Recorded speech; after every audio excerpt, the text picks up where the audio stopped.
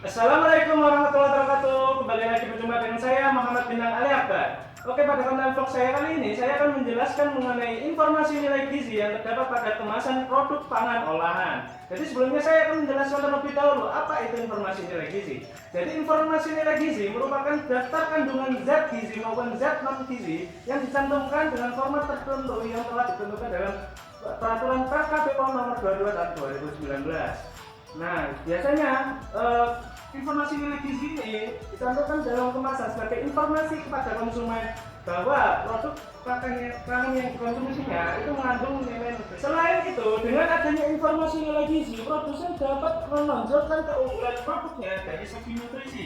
Contohnya yaitu tinggi protein, kaya serat, sumber vitamin dan mineral. Nah, oleh karena itu, dengan adanya informasi nilai gizi ini sangat berguna untuk dicantumkan pada label pangan olahan. Sebelum saya akan mencoba melakukan perhitungan, saya akan memperkenalkan dua produk pangan olahan yang berasal dari dalam negeri maupun luar negeri. Yang pertama yaitu snack nut bar dan yang kedua yaitu Jipang kacang. Nah, penasaran kan bagaimana cara menghitungnya? Yuk disimak. Nah, ini bisa dilihat tabulasi di Microsoft Excel, kita tuliskan produknya dan komposisinya. Nah, kemudian takaran saji menurut PKB POM nomor 22 tahun 2019, snack nut bar ini tergolong produk makanan ringan berbasis kacang dan umbi non extruded sehingga memiliki takaran saji antara 25 sampai 40 gram. Nah, untuk perhitungan ini saya memilih takaran saji 40 gram. Ya. Nah, kemudian kita tuliskan komponennya, kemudian unit atau satuannya, kemudian hasil analisis kandungan zat gizinya per 100 gram. Selanjutnya kita menghitung berapa komponen nutrisi setiap takaran saji pada produk snack nut bar. Nah, caranya yaitu dengan menggunakan rumus ini. Komposisi nutrisi tiap saji merupakan takaran saji dalam satuan gram dibagi hasil analisisnya, analisis kandungan zat gizi 100 gram, kemudian dikalikan nilai komponen nutrisi tiap 100 gram. Ya.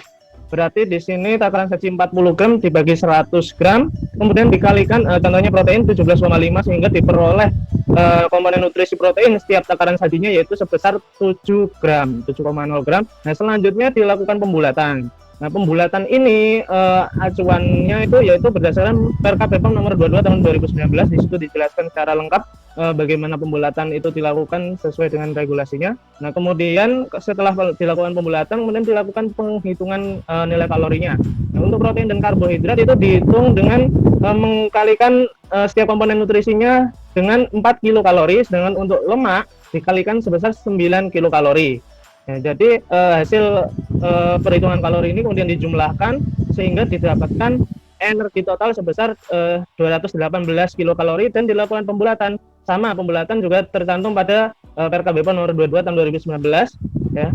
Diperoleh hasil 220 kilokalori. Nah, selanjutnya yaitu menghitung lemak, energi dari lemak, yaitu sama dengan melakukan pembulatan dari perhitungan aslinya 126 kilokalori berdasarkan peraturan PKB POM nomor 22 tahun 2019. Pembulatan dilakukan ke 10 satuan terdekat, jadinya pembulatannya itu 130 kilokalori. Nah, selanjutnya kita menghitung persentase AKG atau angka kecukupan gizi. Ya, jadi persentase AKG ini diperoleh dengan membandingkannya dengan acuan label gizi ya, yang tertera pada PKB POM nomor 9 tahun 2016. Nah, dari daftar acuan label gizi tadi kita tabulasikan ke dalam Microsoft Excel, kemudian kita menghitung persentase angka kecukupan gizinya. Ya, nah, bagaimana kita menghitungnya yaitu dengan rumus ini ya, persentase AKG sama dengan komponen nutrisi tiap saji dalam satuan gram dibagi dengan acuan label gizi, satuan bisa gram tergantung komponen nutrisinya, kemudian dikalikan dengan 100%. Ya. Nah, contohnya protein ya. Nah, untuk perhitungannya kita menggunakan perhitungan aslinya bukan hasil pembulatan ya. Jadi per saji 7,0 dibagi dengan 60 gram kemudian dikalikan dengan 100% sehingga diperoleh hasil 11,66 sekian persen ya. Nah, hasil ini kemudian kita lakukan pembulatan. Nah, pembulatan ini juga diatur dalam PKB POM nomor 22 tahun 2019 ya. Nah, setelah kita lakukan pembulatan, nah, kita baru akan melakukan tabulasi dalam format informasi nilai gizi.